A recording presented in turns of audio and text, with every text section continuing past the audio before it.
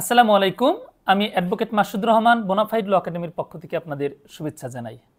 আজ আমরা LLB final পরীক্ষার্থীদের জন্য তৃতীয় পত্রের ফৌজদারি কার্যবিধি অর্থাৎ তৃতীয় পত্রের অপরাধ আইন থেকে খ অংশের ফৌজদারি কার্যবিধি থেকে আমরা আলোচনা করব। আপনারা জানেন যে এই অপরাধ আইন থেকে প্রশ্ন আসে দুটো সাবজেক্ট থেকে, একটা হচ্ছে দণ্ডবিধি আর একটা হচ্ছে ফৌজদারি কার্যবিধি। এখানে আপনার হাতে অপশন আসছে, অর্থাৎ আপনি চাইলে ফৌজদারি কার্যবিধি থেকে 3টি, দণ্ডবিধি থেকে 2টি এভাবে উত্তর করতে পারেন। আবার আপনি চাইলে দণ্ডবিধি থেকে 3টি, ফৌজদারি কার্যবিধি থেকে 2টি অ্যান্সার করতে পারেন। তবে তুলনামূলকভাবে ফৌজদারি কার্যবিধি যেহেতু সহজ, এখান থেকে আপনার সবচেয়ে সম্ভাব্য গুরুত্বপূর্ণ যে প্রশ্নগুলো আগামী পরীক্ষার জন্য সেগুলো আমি আলোচনা করব। তবে আজকে আমাদের আলোচ্য বিষয় হচ্ছে দুটো। একটা হচ্ছে বাংলাদেশের ফৌজদারি আদালতের গঠন এবং তার শাস্তি প্রদানের ক্ষমতা, এবং আরেকটি বিষয় হচ্ছে জামিন সংক্রান্ত বিধান। এই দুটো টপিকস আপনাদের এই আগামী পরীক্ষার জন্য খুবই গুরুত্বপূর্ণ।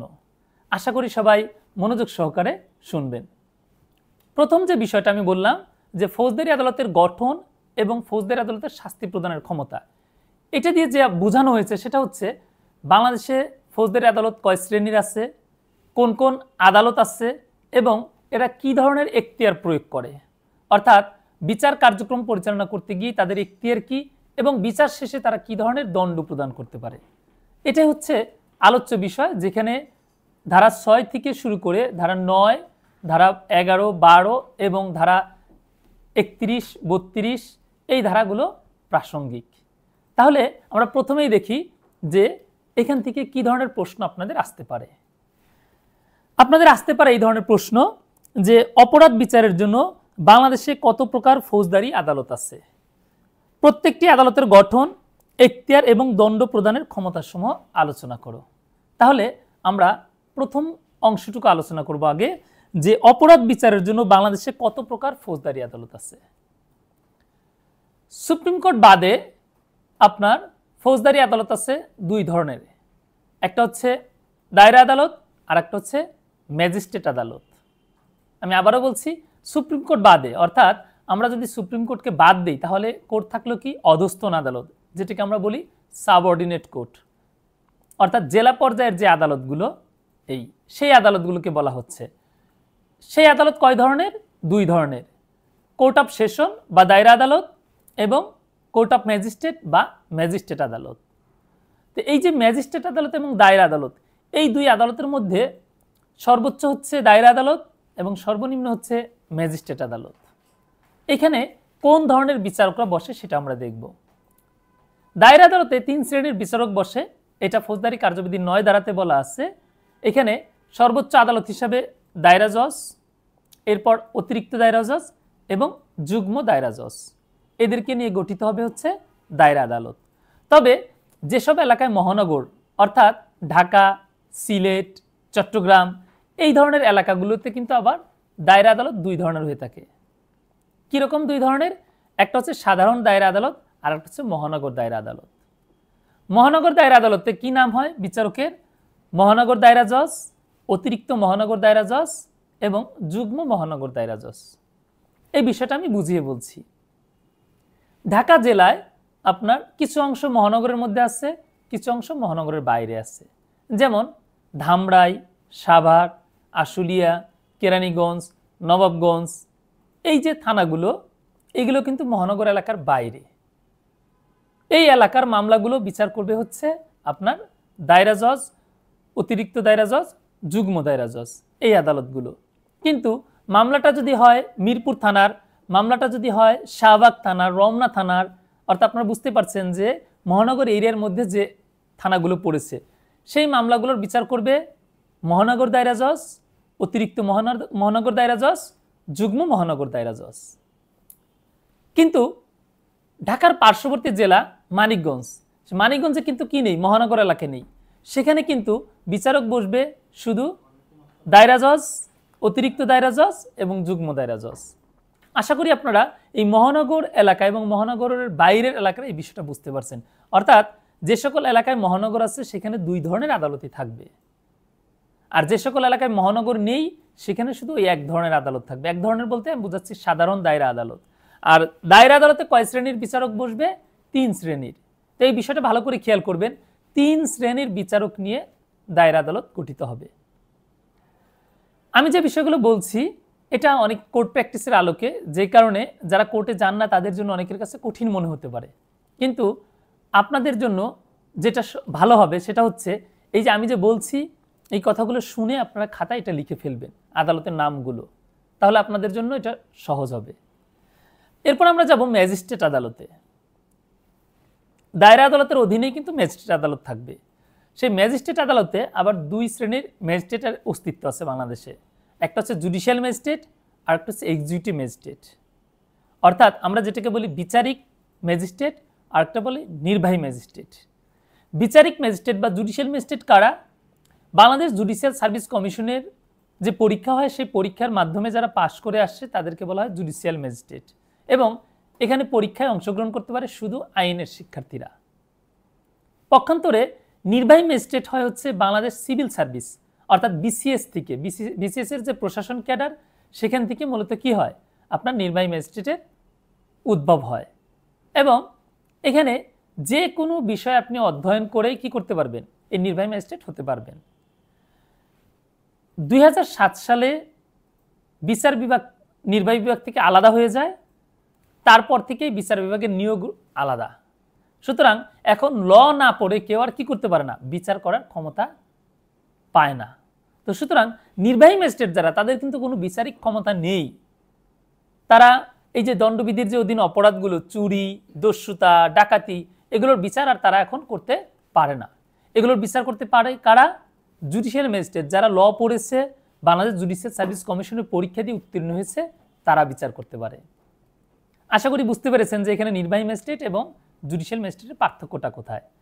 নির্বাহী ম্যাজিস্ট্রেট নিয়ে আমাদের আলোচনা নেই, কারণ হচ্ছে আমরা ল পড়ছি, সুতরাং আমাদের এখানে দেখতে হবে জুডিশিয়াল ম্যাজিস্ট্রেটের কী কী কার্যক্রম আছে। এই জুডিশিয়াল ম্যাজিস্ট্রেটের আবার আমরা দেখব যে 4 শ্রেণীর আদালত আছে। কয় শ্রেণীর? 4 শ্রেণীর।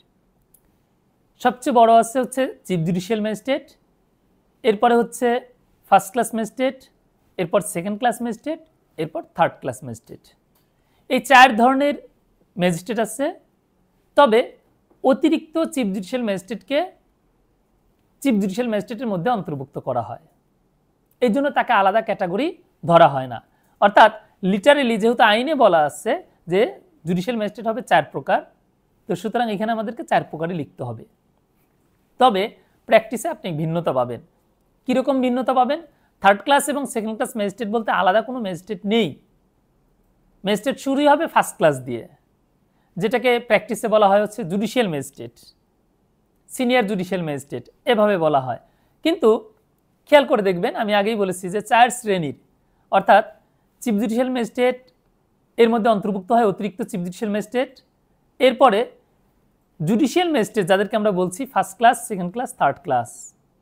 এই বিষয়টা খেয়াল রাখতে হবে। পরীক্ষার খাতায় আপনাকে এভাবেই লিখতে হবে, প্রথম শ্রেণীর, দ্বিতীয় শ্রেণীর এবং তৃতীয় শ্রেণীর ম্যাজিস্ট্রেট। পক্ষান্তরে মহানগর এলাকার জন্য আবার মেট্রোপলিটন ম্যাজিস্ট্রেট থাকে। যেমন ঢাকাতে মেট্রোপলিটন ম্যাজিস্ট্রেট আছে, অতিরিক্ত চিফ মেট্রোপলিটন ম্যাজিস্ট্রেট আছে এবং চিফ মেট্রোপলিটন ম্যাজিস্ট্রেট আছে। খেয়াল করবেন ঠিক দায়রা আদালতের মতোই। কীরকম আমি বুঝিয়ে বলছি। ঢাকার বাইরে বলা যাবে না, মূলত মহানগরের বাইরের যে থানাগুলো কিছুক্ষণ আগে আমি উল্লেখ করেছিলাম, সাভার, ধামরাই, আশুলিয়া, তারপর হচ্ছে নবাবগঞ্জ, কেরানীগঞ্জ, এই থানার মামলাগুলো বিচার করবে চিফ জুডিশিয়াল ম্যাজিস্ট্রেট, অতিরিক্ত chief judicial magistrate, judicial magistrate, এরা বিচার করবে। আর রমনা, শাহবাগ, মিরপুর, তারপর হচ্ছে ধানমন্ডি, এই যে থানাগুলো, এই থানার মামলা বিচার করবে মেট্রোপলিটন ম্যাজিস্ট্রেট, অতিরিক্ত chief metropolitan magistrate, chief metropolitan magistrate. অর্থাৎ খেয়াল করে দেখেন, চিফ জুডিশিয়াল ম্যাজিস্ট্রেট এবং চিফ মেট্রোপলিটন ম্যাজিস্ট্রেট কিন্তু সমমর্যাদার, কিন্তু তার এরিয়া ভাগ হয়ে গেছে। অর্থাৎ যখন তিনি মহানগর এরিয়ার বাইরে বিচার করছেন তখন তার নাম হচ্ছে চিফ জুডিশিয়াল ম্যাজিস্ট্রেট, আর যদি তাকে মহানগর এরিয়ার মধ্যে আপনার হচ্ছে নিযুক্ত করা হয় তখন তার নাম হয়ে যায় চিফ মেট্রোপলিটন ম্যাজিস্ট্রেট। যেমন রমনা থানার মামলার যিনি বিচার করছেন তিনি একজন মেট্রোপলিটন ম্যাজিস্ট্রেট, তাকে যখন মানিকগঞ্জ জেলায় ট্রান্সফার করা হবে তার নাম হয়ে যাবে জুডিশিয়াল ম্যাজিস্ট্রেট, কারণ মানিকগঞ্জ মহানগরের মধ্যে পড়ে না। ঠিক একই রকমভাবে এই যে ঢাকা মহানগরের মামলা বিচার করছেন chief metropolitan magistrate, for example Ramna থানার মামলা, সেই চিফ মেট্রোপলিটন ম্যাজিস্ট্রেটকে যখন আপনার সিরাজগঞ্জ বদলি করা হবে তখন তিনি সেখানে গিয়ে চিফ জুডিশিয়াল ম্যাজিস্ট্রেট হবেন। আশা করি চিফ জুডিশিয়াল ম্যাজিস্ট্রেট এবং চিফ মেট্রোপলিটন ম্যাজিস্ট্রেট এই পার্থক্যটা আপনারা ধরতে পেরেছেন। পরীক্ষা আপনাকে এতটা ডিটেলস বুঝিয়ে বলতে হবে না, কিন্তু এই প্রশ্নটা পড়তে গিয়ে অনেকেরই যেটা হয় সেটা হচ্ছে আদালতগুলো বুঝে না, একটা আদালত থেকে আর একটা আদালতের পার্থক্যটাও ধরতে পারে না। এজন্য আমি প্র্যাকটিসের আলোকে আপনাদেরকে, অর্থাৎ আমার যে কোর্ট প্র্যাকটিসের অভিজ্ঞতা সেটা আলোকে আমি আপনাদেরকে ভেঙে ভেঙে বুঝিয়ে বলার চেষ্টা করলাম। আমরা দেখলাম আদালতের গঠন। এখন আমরা দেখব এই আদালতগুলো কি ধরনের দণ্ড প্রদান করতে পারে এবং বিচারিক ক্ষমতা কি, কোন অপরাধ কোন আদালত বিচার করবে। এটা ফৌজদারি কার্যবিধির যে সেকেন্ড শিডিউল দ্বিতীয় তফসিল আছে, সেই দ্বিতীয় তফসিলের 8ম কলামে উল্লেখ আছে, অর্থাৎ প্রত্যেকটা অপরাধের কথায় উল্লেখ আছে যে এই অপরাধের বিচার কোন আদালত করবে। তো সুতরাং ঢালাওভাবে এটা বলা যাবে না যে এত বছর কারাদণ্ড হলে এই আদালত বিচার করে, অমুক অমুক অপরাধের বিচার এই আদালত করবে, বিষয়টা এরকমভাবে বলা যাবে না। কেন? কারণ দণ্ডবিধির অপরাধগুলো কোন আদালত বিচার করতে পারবে এটা শিডিউলে তফসিলে উল্লেখ করা আছে, প্রত্যেকটা অপরাধী আলাদা আলাদা করে উল্লেখ করা আছে।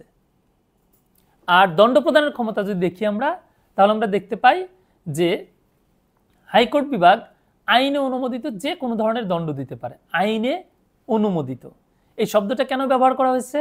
কারণ দণ্ডবিধিতে বলা হয়েছে শাস্তি 5 প্রকার, এই 5 ধরনের শাস্তি হাইকোর্ট বিভাগ দিতে পারবে। দায়রা জজের ক্ষেত্রেও প্রায় একই ধরনের কথা বলা আছে যে আইনে অনুমোদিত যে কোনো ধরনের দণ্ডই কি করতে পারবে, দায়রা জজ দিতে পারবে। আমি আপনাদের একটু স্মরণ করিয়ে দেই যে এই যে 5 ধরনের শাস্তি সেইগুলো কি: মৃত্যুদণ্ড, যাবজ্জীবন কারাদণ্ড, কারাদণ্ড, সম্পত্তি বাজেয়াপ্ত এবং অর্থদণ্ড বা জরিমানা। এই শাস্তিগুলো দায়রা জজও দিতে পারবে, অর্থাৎ দায়রা জজ মৃত্যুদণ্ড দিতে পারে।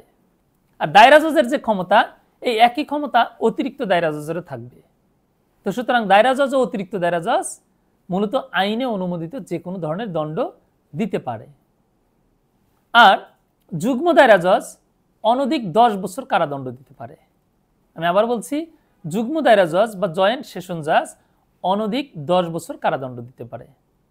এই ছিল দায়রা আদালতের দণ্ড প্রদানের ক্ষমতা। এরপর আমরা ম্যাজিস্ট্রেট আদালতের দেখব। একজন ফার্স্ট ক্লাস ম্যাজিস্ট্রেট বা প্রথম শ্রেণীর ম্যাজিস্ট্রেট দণ্ড দিতে পারবে 5 বছর এবং 10,000 টাকা জরিমানা। সেকেন্ড ক্লাস ম্যাজিস্ট্রেট পারবে 3 বছর কারাদণ্ড এবং 5,000 টাকা জরিমানা।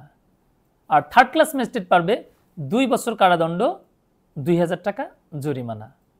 তবে একজন ফার্স্ট ক্লাস ম্যাজিস্ট্রেট যখন বিশেষভাবে ক্ষমতাপ্রাপ্ত হবে, আমি আবারও বলছি, একজন ফার্স্ট ক্লাস ম্যাজিস্ট্রেট যখন বিশেষভাবে ক্ষমতাপ্রাপ্ত হবে তখন তিনি সর্বোচ্চ 7 বছর কারাদণ্ড দিতে পারবেন।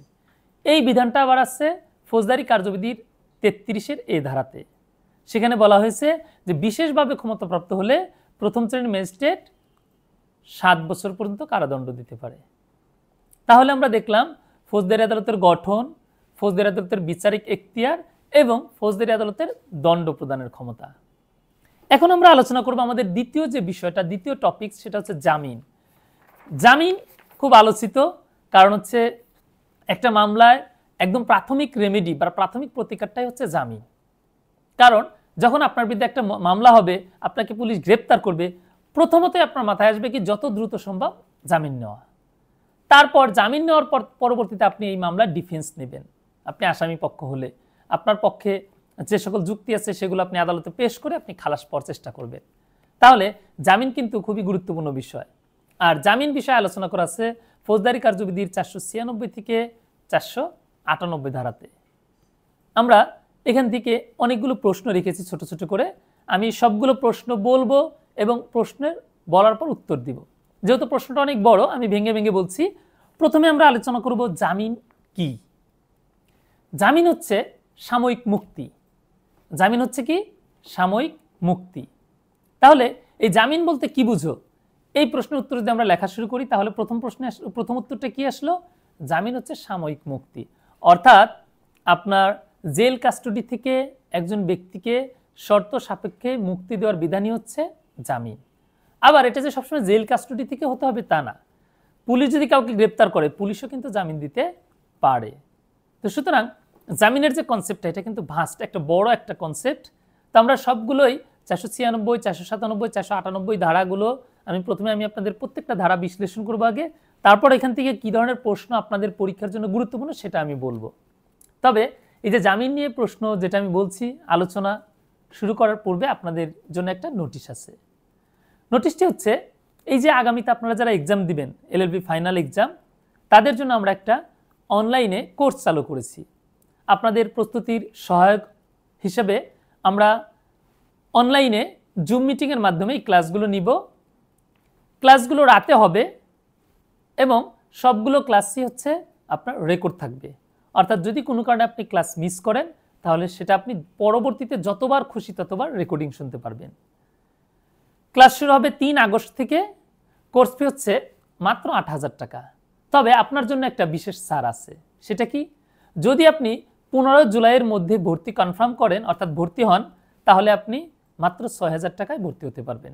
এবং ভর্তি হলে আপনি আমাদের স্পেশাল যে হ্যান্ড নোট আছে, যেটা আপনারা স্ক্রিনে দেখতে পাচ্ছেন, এই হ্যান্ড নোটটা আপনারা একদম ফ্রিতে পাবেন। অর্থাৎ এটা তখন আপনাদেরকে কিনতে হবে না। তো আমি হ্যান্ড নোট বিষয়ে বলবো, তার আগে আরেকটু স্মরণ করিয়ে দিই। আমাদের ক্লাস শুরু হবে 3 আগস্ট। আমাদের একটা বিশেষ অফার আছে, সেই অফারটা চালু থাকবে 15 জুলাই পর্যন্ত। আর ক্লাসগুলো হবে অনলাইনে জুম মিটিংয়ের মাধ্যমে। সবগুলো ক্লাস রাতের বেলা হবে এবং সবগুলো ক্লাসই রেকর্ড থাকবে। এবং ক্লাসের শেষে আপনাদেরকে প্রশ্ন করার সুযোগ দেওয়া হবে। অর্থাৎ যদি কোনো পড়া আপনারা বুঝতে না পারেন বা আপনাদের কোনো অসুবিধা হয় কোনো কিছুতে, সে বিষয়গুলো আপনি অবগত করতে পারবেন এবং ক্লাস শেষে আমরা ওই বিষয়গুলো আপনাদেরকে বুঝিয়ে দিব। এই যে নোটগুলো আপনারা দেখতে পাচ্ছেন, মূলত এই নোটগুলো থেকে আমরা পড়াবো। আপনারা দেখতে পাচ্ছেন প্রথম পত্র এরকমভাবে প্রত্যেকটা, অর্থাৎ মোট 8টা সাবজেক্ট থেকে আপনার সবগুলো এরকম আলাদা আলাদা করে লেকচার শিট তৈরি করা আছে। এবং পাশাপাশি আপনারা পাবেন একটা স্পেশাল সাজেশন। আমরা এই সাজেশনের আলোকে আপনাদের পড়াবো। আপনাদের এই আগামী পরীক্ষার জন্য এই সাজেশনটি খুবই গুরুত্বপূর্ণ। আমরা বিগত সালের প্রশ্ন বিশ্লেষণ করে আপনাদের জন্য এই সাজেশনটি তৈরি করেছি এবং এই সাজেশনের এই প্রশ্নগুলো আপনারা কিন্তু এই নোটগুলোতে উত্তরগুলো পাবেন। এই যে আপনারা দেখতে পাচ্ছেন নোটগুলো, এই নোটগুলোতে এই সাজেশনের উত্তরগুলো পাবেন এবং আমরা এই প্রশ্নগুলো আপনাদেরকে ভালোভাবে বুঝিয়ে দিব এবং এমনভাবে বোঝানো হবে যাতে আপনারা পরীক্ষায় এটা বুঝে আপনারা পরীক্ষার হলে লিখতে পারেন, নিজে থেকে আপনারা লিখতে পারেন। আশা করি বুঝতে পেরেছেন। তবে যদি আপনি কোনো ব্যস্ততার জন্য বা অন্য কোনো কারণে যদি আমাদের এই কোর্সটিতে অংশগ্রহণ করতে না পারেন, ভর্তি হতে না পারেন, তাহলে আপনি চাইলে আমাদের এই নোটগুলো নিতে পারেন। এই নোটের মূল্য হচ্ছে 1250 টাকা। ক্যাপশনে যে মোবাইল নাম্বারটা দেওয়া আছে সেই নাম্বারে বিকাশ বা নগদে আপনি সেন্ড মানি বা ক্যাশ ইন করে বাংলাদেশের যে কোনো প্রান্ত থেকে এই নোটগুলো সংগ্রহ করতে পারবেন। আমরা আপনার ঠিকানায় সুন্দরবন কুরিয়ার সার্ভিসের মাধ্যমে পাঠিয়ে দিব। তো আমি আলোচনা করছিলাম জামিন নিয়ে। যা বলছিলাম, জামিন কিন্তু খুবই গুরুত্বপূর্ণ বিষয় এবং পরীক্ষার জন্য এটা, আপনাদের এই আগামী পরীক্ষার জন্য এটা অনেক গুরুত্বপূর্ণ। আমি জামিনের অন্যান্য প্রশ্নগুলো আলোচনা করব এখন। পরবর্তী প্রশ্ন, কোন কোন অবস্থায় আসামি জামিনে মুক্তি পেতে পারে? অর্থাৎ এই যে আসামিকে যে জামিনে মুক্তি দিবে কোন কোন অবস্থায়, প্রথমেই উত্তর করতে হবে 496 ধারা। অর্থাৎ 496 ধারায় বলা আছে যে জামিনযোগ্য অপরাধে আদালত অবশ্যই জামিন দিবে। তার মানে অপরাধটি যদি জামিনযোগ্য হয়, বেইলেবল হয়, তাহলে আদালত অবশ্যই জামিন দিবে। এখন প্রশ্ন হচ্ছে কোন অপরাধ জামিনযোগ্য আর কোনটা জামিনযোগ্য নয়, এটা আমরা কিভাবে বুঝবো? ফৌজদারি কার্যবিধির 2য় তফসিলে এটা উল্লেখ করা আছে দণ্ডবিধির প্রত্যেকটা অপরাধ এবং বিশেষ আইনের অপরাধগুলো কোনটা জামিনযোগ্য আর কোনটা জামিন অযোগ্য। যেমন মানহানি, এটা জামিনযোগ্য অপরাধ। মানহানির মামলায় যদি কাউকে গ্রেপ্তার করা হয়, তাকে যদি আদালতে প্রেরণ করা হয়, তার পক্ষে যদি কোনো আইনজীবী জামিনের প্রার্থনা করে, তাহলে আদালত অবশ্যই তাকে জামিন দিবে। তাহলে আমরা দেখলাম যে জামিন পাওয়ার প্রথমত গ্রাউন্ড তৈরি হচ্ছে কোথায়? 496 ধারা অনুযায়ী। এরপরে আবার আমরা দেখব যে 497 ধারা, যেখানে বলা আছে যে আপনার জামিন অযোগ্য অপরাধের ক্ষেত্রে আদালত জামিন দিতে পারে। কথাটা খেয়াল করবেন, জামিন অযোগ্য অপরাধে আদালত জামিন দিতে পারে। তবে আদালত জামিন দিবে না যদি সেটা মৃত্যুদণ্ড এবং যাবজ্জীবন কারাদণ্ডযোগ্য অপরাধ হয়। আবার সেক্ষেত্রেও আদালত জামিন দিতে পারে যদি অভিযুক্ত ব্যক্তি হয় স্ত্রী অর্থাৎ আপনার হচ্ছে মহিলা, যদি আপনার অভিযুক্ত ব্যক্তি হয় 16 বছরের কম বয়সী শিশু, অভিযুক্ত ব্যক্তি হয় অসুস্থ বা বৃদ্ধ, এদের ক্ষেত্রে আদালত জামিন দিতে পারে। তাহলে আমরা যদি দেখি যে জামিনযোগ্য অপরাধের ক্ষেত্রে আদালত অবশ্যই জামিন দিবে, আর জামিন অযোগ্য অপরাধের ক্ষেত্রে আদালত জামিন দিতে পারে। এটা আদালতের ডিসক্রিশনারি পাওয়ার। মামলার প্রেক্ষাপট বিবেচনায় আদালত এই সিদ্ধান্তটা নিবে। এছাড়াও বিভিন্ন ক্ষেত্রে আমরা জামিনের বিধান দেখি, যেমন পুলিশ যদি কাউকে গ্রেপ্তার করে, গ্রেপ্তার করার পর প্রাথমিক তদন্তে যদি দেখে যে তার বিরুদ্ধে কোনো ধরনের কোনো এভিডেন্স নেই, পুলিশ চাইলে তাকে মুক্তি দিতে পারে। আবার যদি তদন্তের যে সময়সীমা উল্লেখ করা আছে, সাধারণ সময়সীমা যে 120 দিনের মধ্যে যদি তদন্ত শেষ করতে না পারে পুলিশ, তাহলে কি করতে পারে? আদালত তাহলে সে অভিযুক্ত ব্যক্তিকে জামিনে মুক্তি দিতে পারে। আবার বিচার কার্যক্রম শেষ করার যে সময়সীমা উল্লেখ আছে, সেটার মধ্যেও যদি কি হয়, বিচার শেষ না হয়, তখনও কিন্তু আদালত এই বিষয়টা বিবেচনায় নিতে পারে। তো সুতরাং জামিন পাওয়ার ক্ষেত্রে আপনার প্রত্যেকটা ঘটনা আদালত যেমন বিবেচনা করবে, পাশাপাশি এই ধারায় যে গাইডলাইনগুলো দেওয়া আছে সেই বিষয়টাও আদালত বিবেচনা করবে। তাহলে 496 ধারা হচ্ছে জামিনযোগ্য অপরাধের ক্ষেত্রে, আর 497 ধারা হচ্ছে জামিন অযোগ্য অপরাধের ক্ষেত্রে। আর 498 ধারা যেখানে 3টি বিষয় আলোচনা করা হয়েছে, যেখানে আগাম জামিন সম্পর্কে বলা হয়েছে, এবং যদি ম্যাজিস্ট্রেট যদি জামিন না মঞ্জুর করে, ম্যাজিস্ট্রেটের আদেশের বিরুদ্ধে দায়রা-জজের কাছে সিআর মিস বা ফৌজদারি বিবিধ মামলা দায়েরের বিষয়টা বলা আছে, পাশাপাশি বেইল বন্ড কমানোর আবেদনের বিষয়টা বলা আছে। আমি এগুলো ভেঙে ভেঙে বলবো প্রত্যেকটা। 498 ধারায় প্রথমে আসছে অ্যান্টিসিপেটরি বেইল, আগাম জামিন। সেই আগাম জামিনের বিষয়টা কি? গ্রেপ্তার পূর্ব জামিন, অর্থাৎ আপনার নামে একটা মামলা হয়েছে, যে কোনো সময় আপনাকে গ্রেপ্তার করা হতে পারে, এই আশঙ্কা থেকে আপনি কি চাইতে পারেন? আদালতে জামিন চাইতে পারেন। কি জামিন? আগাম জামিন, অর্থাৎ গ্রেপ্তার হওয়ার আগেই আপনি এসে জামিন চাইবেন। আইনের বিধান অনুযায়ী এই জামিনটা আপনি চাইতে পারেন হাইকোর্ট বিভাগের কাছে, দায়রা জজের কাছে। তবে প্র্যাকটিসে এই আগাম জামিনটা শুধু হাইকোর্ট বিভাগই দিয়ে থাকে। দায়রা জজ এক্ষেত্রে বিব্রত বোধ করায় তিনি আগাম জামিন দেন না। হাইকোর্ট বিভাগের কাছে তাহলে কি করতে হবে? গ্রেপ্তার পূর্ব, অর্থাৎ গ্রেপ্তার হওয়ার আগে এসে জামিন চাওয়া যাবে। আর হাইকোর্ট বিভাগ এক্ষেত্রে জামিন দিতে পারে 2 সপ্তাহ, 4 সপ্তাহ, 6 সপ্তাহ, সাধারণত এই ধরনের দিয়ে থাকে। এবং এই আগাম জামিন দেওয়ার পর হাইকোর্ট বিভাগ নির্দেশ দেয় যে মূল আদালতে গিয়ে সারেন্ডার করার জন্য, অথবা দায়রা জজের কাছে বা মহানগর দায়রা জজের কাছে সারেন্ডার করার জন্য, আত্মসমর্পণ করার জন্য। তাহলে এই যে আগাম জামিন, এই জামিনটা কিন্তু অস্থায়ী জামিন, স্থায়ী না। আপনাকে আগাম জামিন দিচ্ছে তার মানে আপনাকে আর জামিন নিতে হবে না তা না। মূল আদালতে গিয়ে আপনাকে ঠিকই কি করতে হবে? জামিন নিতে হবে। এটা হচ্ছে গ্রেপ্তার হওয়ার আগে আপনি গ্রেপ্তার হওয়ার আশঙ্কা থাকলে হাইকোর্ট থেকে আগাম জামিনটা নিতে পারেন। আর ম্যাজিস্ট্রেটের কাছে জামিন চাওয়ার পর ম্যাজিস্ট্রেট যদি না মঞ্জুর করে, তাহলে আপনি দায়রা জজের কাছে গিয়ে যে জামিন আবেদনটা করবেন সেটাকেই বলা হয় সিআর মিস, বাংলায় বলা হয় ফৌজদারি বিবিধ মামলা। অর্থাৎ ম্যাজিস্ট্রেট আপনার জামিন নামঞ্জুর করেছে, আপনি এগ্রিভড, আপনি সংক্ষুব্ধ, আপনি এখন দায়রা জজের কাছে গিয়ে জামিন চাইবেন।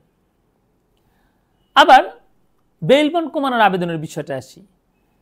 জামিন দিয়েছে আদালত, কিন্তু যিনি জামিনদার তার জন্য ধার্য করেছে 50,000 টাকা বেইল বন্ড। অর্থাৎ যদি আসামি হাজির না হয় তাহলে কি হবে? তাহলে ওই 50,000 টাকা ওই জামিনদারকে দিতে হবে। এখন এমন একজন জামিনদার যিনি হচ্ছেন খুব ছোট একটা চাকরি করেন, বা তিনি স্বল্প আয়ের একজন চাকুরিজীবী, তার পক্ষে এত টাকা দেওয়া সম্ভব হবে না। তখন তিনি কি করবেন? তখন তিনি এই বেইল বন্ডের পরিমাণটা কমানোর জন্য দায়রা জজের কাছে আবেদন করতে পারবেন। এটা ছিল 498 ধারার বিধান। এখন আমরা এই যে 496, 497, 498 ধারা থেকে আরও কি কি ধরনের প্রশ্ন আসতে পারে সেগুলো আলোচনা করব। তার আগে আবার একটু আপনাদের স্মরণ করে দেই, আপনাদের জন্য আমরা একটা অনলাইন কোর্স চালু করেছি। ক্লাস শুরু হবে 3 আগস্ট। কোর্স ফি হচ্ছে 8,000 টাকা মাত্র। তবে আপনার জন্য একটা বিশেষ ছাড় আছে। যদি আপনি 15 জুলাইয়ের মধ্যে ভর্তি হন, তাহলে আপনি মাত্র 6,000 টাকা দিয়ে আমাদের এই কোর্সে ভর্তি হতে পারবেন। সর্বমোট 30টি ক্লাস হবে। ক্লাসগুলো হবে জুম মিটিংয়ের মাধ্যমে, অর্থাৎ অনলাইন ক্লাস, এবং সবগুলো ক্লাস রাতে হবে। আমরা একটা নির্দিষ্ট শিডিউল দিব, সেই শিডিউল অনুসারে রাতের বেলা ক্লাসগুলো হবে। সবগুলো ক্লাসে রেকর্ড থাকবে। আপনি যদি ক্লাস মিস করেন কোনো অসুবিধা নেই, আপনি পরবর্তীতে এই রেকর্ডিং শুনতে পারবেন। এছাড়াও আপনারা যদি এই কোর্সে ভর্তি হন, তাহলে আমাদের যে স্পেশাল হ্যান্ড নোট, আপনারা সেই স্পেশাল হ্যান্ড নোটগুলো পাবেন। আপনার স্ক্রিনে দেখতে পাচ্ছেন, আমি একটা নমুনা দেখাচ্ছি। এরকম আমাদের সবগুলো সাবজেক্টেরই আপনার স্পেশাল হ্যান্ড নোট তৈরি করা আছে। আপনারা এই নোটগুলো ফ্রিতে পাবেন, অর্থাৎ এগুলো তখন আপনাদেরকে কিনতে হবে না। আর যদি আপনি আমাদের এই কোর্সে ভর্তি না হন, আপনি যদি শুধু এই নোটগুলো সংগ্রহ করতে চান, তাহলে এই নোটগুলো সংগ্রহ করতে পারবেন। ক্যাপশনে যে মোবাইল নাম্বারটি দেওয়া আছে সেই নাম্বারে বিকাশ বা নগদে সেন্ড মানি করে 1250 টাকা সেন্ড মানি করবেন। সেন্ড মানি করে আপনার নাম ঠিকানা দিয়ে কুরিয়ার সার্ভিসের মাধ্যমে বাংলাদেশের যে কোনো প্রান্ত থেকে এই নোটগুলো আপনারা সংগ্রহ করতে পারবেন। এই যে আমি যে আলোচনা করছি যে প্রশ্নগুলো, এই প্রশ্নগুলো কিন্তু আমাদের এই সাজেশনে দেওয়া আছে, এবং এই সাজেশনের যে প্রশ্নগুলো দেওয়া আছে সেগুলোর উত্তরও কিন্তু আপনারা এই নোটগুলোতেই পাবেন, যেটা বিশেষভাবে এই সাজেশনটা আপনাদের জন্য তৈরি করা হয়েছে আগামী পরীক্ষার জন্য। তো এখন আমরা দেখব যে জামিন থেকে আরো কি কি ধরনের প্রশ্ন আসতে পারে সেগুলো আমরা দেখব। প্রশ্ন হচ্ছে, আদালত কখন জামিন যোগ্য অপরাধের জন্য জামিন দিতে অস্বীকার করতে পারে? খেয়াল করে দেখেন, জামিনযোগ্য অপরাধে আদালত জামিন দিতে অস্বীকার করতে পারে কখন। আমি কিন্তু 496 ধারা অনুযায়ী বলেছি আদালত অবশ্যই জামিন দিবে, তাহলে কেন আবার অস্বীকার করার কথা আসলো? জামিনের একটা শর্ত হচ্ছে উপযুক্ত জামিনদার। তো আদালত যদি উপযুক্ত জামিনদার দেওয়ার নির্দেশ দেয়, সেক্ষেত্রে অভিযুক্ত ব্যক্তি যদি উপযুক্ত জামিনদার প্রদান করতে না পারে, তাহলে জামিনযোগ্য মামলাতেও আদালত কি করতে পারে? জামিন প্রদান করতে অস্বীকার করতে পারে।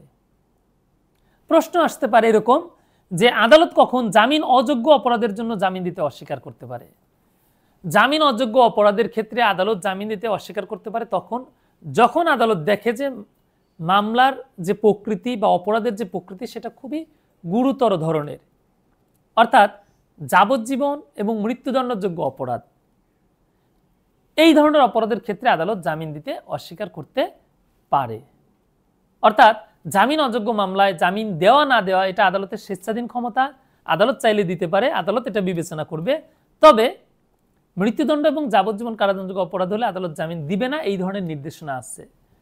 এরপরে প্রশ্ন আসতে পারে, জামিনের অযোগ্য অপরাধের ক্ষেত্রে জামিনের কিরূপ ব্যবস্থা রয়েছে? অর্থাৎ জামিনের অযোগ্য অপরাধের ক্ষেত্রে আদালত জামিন দেওয়ার কোনো সুযোগ আছে কিনা? প্রথমত আছে, আমরা আগেই বলেছি জামিন অযোগ্য অপরাধে আদালত জামিন দিতে পারে, এমনকি সেটা যদি মৃত্যুদণ্ড এবং যাবজ্জীবন কারাদণ্ডযোগ্য অপরাধ হয় তারপরেও পারে। কখন? যদি অভিযুক্ত ব্যক্তি মহিলা হয়, যদি অভিযুক্ত ব্যক্তি 16 বছরের নিচের শিশু হয়, যদি অভিযুক্ত ব্যক্তি বৃদ্ধ বা অসুস্থ হয়, সেক্ষেত্রে আদালত জামিন অযোগ্য অপরাধেও জামিন দিতে পারে। পরবর্তী প্রশ্ন, অর্থাৎ এরকম প্রশ্ন আসতে পারে আপনাদের, আগাম জামিন প্রদানের আইনগত ভিত্তি কি? আমি কিছুক্ষণ আগে আলোচনা করেছি, এই প্রশ্নের উত্তর হবে আগাম জামিনের বিধান হচ্ছে 498 ধারায় দায়রা জজ এবং হাইকোর্ট বিভাগে এই ক্ষমতাটা দেওয়া হয়েছে। তবে প্র্যাকটিসে এটা শুধু হাইকোর্ট বিভাগ প্রয়োগ করে থাকে। এবং যদি কোনো কখন দেওয়া হয় এটা? যখন কোনো ব্যক্তির নামে কোনো মামলা দায়ের হয়, সেই ব্যক্তি গ্রেপ্তার হওয়ার পূর্বে হাইকোর্ট বিভাগে এসে আগাম জামিনের আবেদন করতে পারে। হাইকোর্ট বিভাগ তাকে একটা অন্তর্বর্তীকালীন জামিন দিয়ে নির্দেশ দিবে যে আপনি এত সময়ের মধ্যে অমুক আদালতে আত্মসমর্পণ করেন। এটাই হচ্ছে আগাম জামিন। পরবর্তী প্রশ্ন, জামিন বাতিলের ক্ষেত্রে কোন নীতিগুলো আদালতের বিবেচনা করা উচিত? এই প্রশ্নটা নির্দিষ্ট কোনো ধারা থেকে উত্তর করা যাবে না। এই প্রশ্নের উত্তর হচ্ছে আপনার বিভিন্ন রায়ের আলোকে আদালত কিছু গাইডলাইন দিয়েছে যে কখন একজন ব্যক্তির জামিন বাতিল করা যাবে। অর্থাৎ আদালত জামিন দিল একজনকে, সেই যে জামিনটা সে দিল সেই জামিনটা আবার বাতিল করে দিবে কেন? স্বাভাবিকভাবে প্রশ্ন আসাটা এরকম হতে পারে যে কেন জামিন বাতিল করবে। আমরা অনেকগুলো ক্ষেত্র দেখি যে ক্ষেত্রগুলোতে আদালত জামিন বাতিল করতে পারে। যেমন অভিযুক্ত ব্যক্তি বা জামিনপ্রাপ্ত ব্যক্তি জামিনে মুক্তি পেয়ে যদি সাক্ষীদেরকে হুমকি দেয়, তাহলে আদালত তার জামিন বাতিল করে দিতে পারে। অভিযুক্ত ব্যক্তি বা জামিনপ্রাপ্ত ব্যক্তি যদি তদন্ত কার্যে বাধা দেয়, অর্থাৎ জামিনে মুক্তি পেয়ে সে এসে পুলিশকে হুমকি ধমকি দিচ্ছে, পুলিশ যেন তদন্ত না করে, তখন তার জামিন বাতিল করা যেতে পারে। আবার জামিনপ্রাপ্ত ব্যক্তি জামিন পেয়ে এসে ওই একই অপরাধ যদি আবার করে, অর্থাৎ অপরাধের পুনরাবৃত্তি, একটা অপরাধ সে করে তারপর জামিন পেল, বাইরে বের হয়ে সে ওই অপরাধটা আবার করলো, তখন আগের যে মামলায় তাকে জামিন দেওয়া হয়েছে সেই জামিনটা বাতিল হতে পারে। এছাড়াও জামিনে যদি কোনো শর্ত উল্লেখ করা হয়, যেমন আপনি এই জেলার বাইরে যেতে পারবেন না, যেমন আপনার পাসপোর্ট আপনি জমা রাখবেন অফিসে বা আদালতে, আরও বিভিন্ন ধরনের শর্ত আরোপ করতে পারে। সেই কোনো শর্ত যদি ভায়োলেশন করে, সেই শর্ত যদি ভঙ্গ করে, তাহলে আদালত তার জামিন বাতিল করতে পারে। এছাড়াও অভিযুক্ত ব্যক্তি বা জামিনপ্রাপ্ত ব্যক্তি জামিনে মুক্তি পেয়ে মামলার বাদীকে, তারপর হচ্ছে মামলা সংশ্লিষ্ট ব্যক্তিদেরকে যদি হুমকি দামকি দেয়, সেক্ষেত্রে আদালত জামিন বাতিল করতে পারে। অর্থাৎ একজন ব্যক্তি জামিনে মুক্তি পাওয়ার পরও তার জামিন কি হতে পারে, বাতিল হতে পারে তার পরবর্তী কার্যক্রম বা পরবর্তী আচার আচরণের জন্য। তাহলে জামিন থেকে আমরা দেখলাম গুরুত্বপূর্ণ প্রশ্ন যে কোন ধরনের প্রশ্ন আসতে পারে আপনাদের পরীক্ষার জন্য। আমরা আজ দুটো বিষয় আলোচনা করলাম। এরকম আপনাদের ফৌজদারি কার্যবিধিতে বেশ কিছু টপিকস থেকে গুরুত্বপূর্ণ প্রশ্নগুলো দিয়ে আমরা এই সাজেশনটা সাজিয়েছি, যেটা আপনাদের পরীক্ষার জন্য খুবই সহায়ক হবে। তো দেরি না করে আপনারা আমাদের এই সাজেশনটি এবং আমাদের এই লেকচার শিটটি এটা সংগ্রহ করতে পারেন। সংগ্রহ করার নিয়ম আমি ইতিপূর্বে বলেছি, সংক্ষিপ্তভাবে আবার বলছি। আপনারা যদি আমাদের এই নোটগুলো নিতে চান, তাহলে আমি দেখাচ্ছি আপনাদেরকে এই যে সাজেশনটা, প্রত্যেকটা সাবজেক্টের সাজেশন দেওয়া আছে, প্রশ্নগুলো আপনারা দেখতে পাচ্ছেন, এবং এই যে প্রত্যেকটা সাবজেক্টেরই এই যে উত্তর আছে, অর্থাৎ এই সাজেশনের যে প্রশ্নগুলো দেওয়া আছে সেই প্রশ্নগুলোর উত্তর আপনি এই লেকচার শিটে পাবেন। প্রত্যেকটা সাবজেক্টেই আমরা সহজ সাবলীল ভাষায় আমরা চেষ্টা করেছি আপনাদের জন্য প্রত্যেকটা সাবজেক্ট সুন্দরভাবে আলোচনা করার। আপনারা সাবজেক্টগুলো দেখতে পাচ্ছেন। এই লেকচার শিটটা আপনারা নিতে পারবেন, এর মূল্য হচ্ছে 1250 টাকা। ক্যাপশনে যে মোবাইল নাম্বারটা আছে সেই নম্বরে যোগাযোগ করে সেই নম্বরে আপনারা বিকাশ বা নগদে 1250 টাকা সেন্ড মানি বা ক্যাশ ইন করে আপনার নাম ঠিকানা দিয়ে বাংলাদেশের যে কোনো প্রান্ত থেকে কুরিয়ার সার্ভিসের মাধ্যমে আপনারা এই নোটটি সংগ্রহ করতে পারবেন।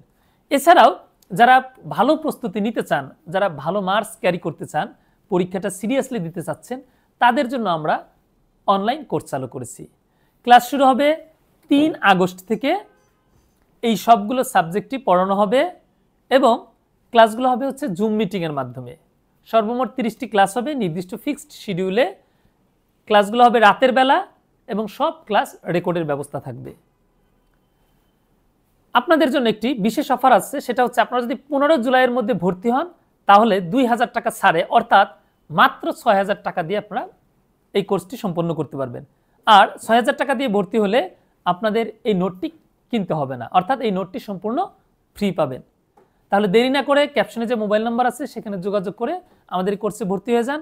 ইনশাল্লাহ আপনাদের প্রস্তুতিতে ভালো সহায়ক হবে। ভালো থাকবেন সবাই।